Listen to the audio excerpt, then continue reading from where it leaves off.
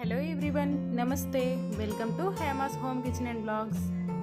గుడిలో పెట్టే ప్రసాదం పులిహోర అంటే అందరికీ ఇష్టమే కదా. మరి అదే రుచితో ఇంట్లోనే దేవునికి నైవేద్యంగా పెట్టడానికి ఎంతో రుచికరమైన పులిహోరని ఈరోజు తయారు చేసుకుందాం.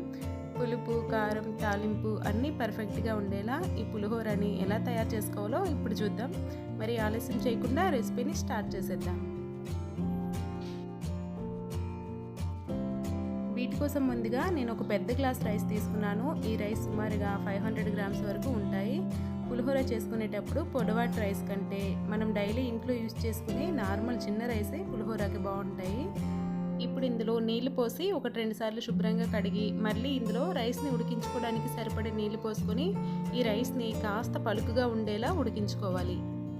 నేను ఈ తపేలాలోనే రైస్ని ఉడికించుకుంటున్నాను. మీరు కుక్కర్లో ఉడికించుకోవాలంటే 1 గ్లాస్ రైస్కి 2 గ్లాసులు వాటర్ పోసుకొని 3 విజిల్స్ వచ్చేంత వరకు ఉడికించి 3 విజిల్స్ వచ్చిన వెంటనే కుక్కర్లోని ప్రెజర్ అంతా తీసేసి కుక్కర్ మూత తీసేయాలి, లేదంటే రైస్ మెత్తగా అయిపోతుంది. తర్వాత పులిహోరలో పులుపు కోసం చింతపండుని నానబెట్టుకోవాలి.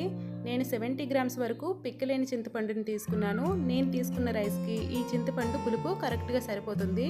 ఇప్పుడు ఈ చింతపండుని ఒకసారి కడిగి తర్వాత వేడి నీళ్ళని ఇందులో పోసుకొని వీటిని నానబెట్టుకోవాలి. ఇప్పుడు రైస్ ఉడుకుతున్నప్పుడే 1/2 టీ స్పూన్ పసుపుని, 1/2 కప్పు పచ్చి శనగపప్పుని కడిగి వేసుకోవాలి. శనగపప్పుని రైస్లో వేసి ఉడికించడం వల్ల పులిహోర తినేటప్పుడు శనగపప్పు సాఫ్ట్గా టేస్టీగా ఉంటుంది. అది తాలింపులో ఈ శనగపప్పు వేసి ఫ్రై చేస్తే పులిహోర తినేటప్పుడు శనగపప్పు పంటి కింద గట్టిగా తగులుతూ ఉంటుంది. అందుకని ఇలా రైస్తో పాటు ఉడికించుకోండి. ఇలా రైస్ని కాస్త పలుగ్గా ఉండేలా ఉడికించుకోవాలి. ఇప్పుడు వీటిని ఒక వెడల్పాటి పళ్ళెంలో వేసుకొని కంప్లీట్గా చల్లారనివ్వాలి. తర్వాత నానబెట్టుకున్న చింతపండుని ఇలా చేత్తో పిసుక్కుంటూ వీటి రసమంతా తీసుకొని ఒక కడాయిలో ఇలా వేసుకుని స్టవ్ పై పెట్టి మరిగించుకోవాలి. చింతపండు రసం ఇలా మరుగుతున్నప్పుడు ఇందులో 1 స్పూన్ సాల్ట్ని, 1/2 టీ స్పూన్ బెల్లం తురుముని వేసుకొని ఈ రసం కాస్త చిక్కబడేంత వరకు మరిగించుకోవాలి. ఇలా చింతపండు రసం చిక్కబడిన తర్వాత స్టవ్ ఆఫ్ చేసుకొని వీటిని కాస్త చల్లార్చుకొని రైస్లో వేసి కలుపుకోవాలి. రైస్లో వేసుకునేటప్పుడు వీడియో క్లిప్ నాది మిస్ అయిపోయిందండి. నేను రైస్లో వేసుకొని ఇలా బాగా మిక్స్ చేసుకుంటున్నాను.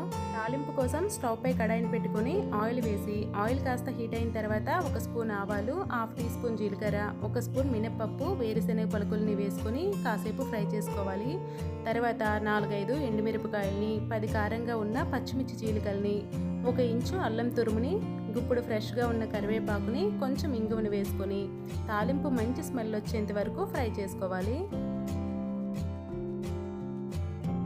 ఇలా ఫ్రై చేసుకున్న తాలింపుని రైస్లో వేసుకొని అంతా కలిసేలా బాగా కలుపుకోవాలి.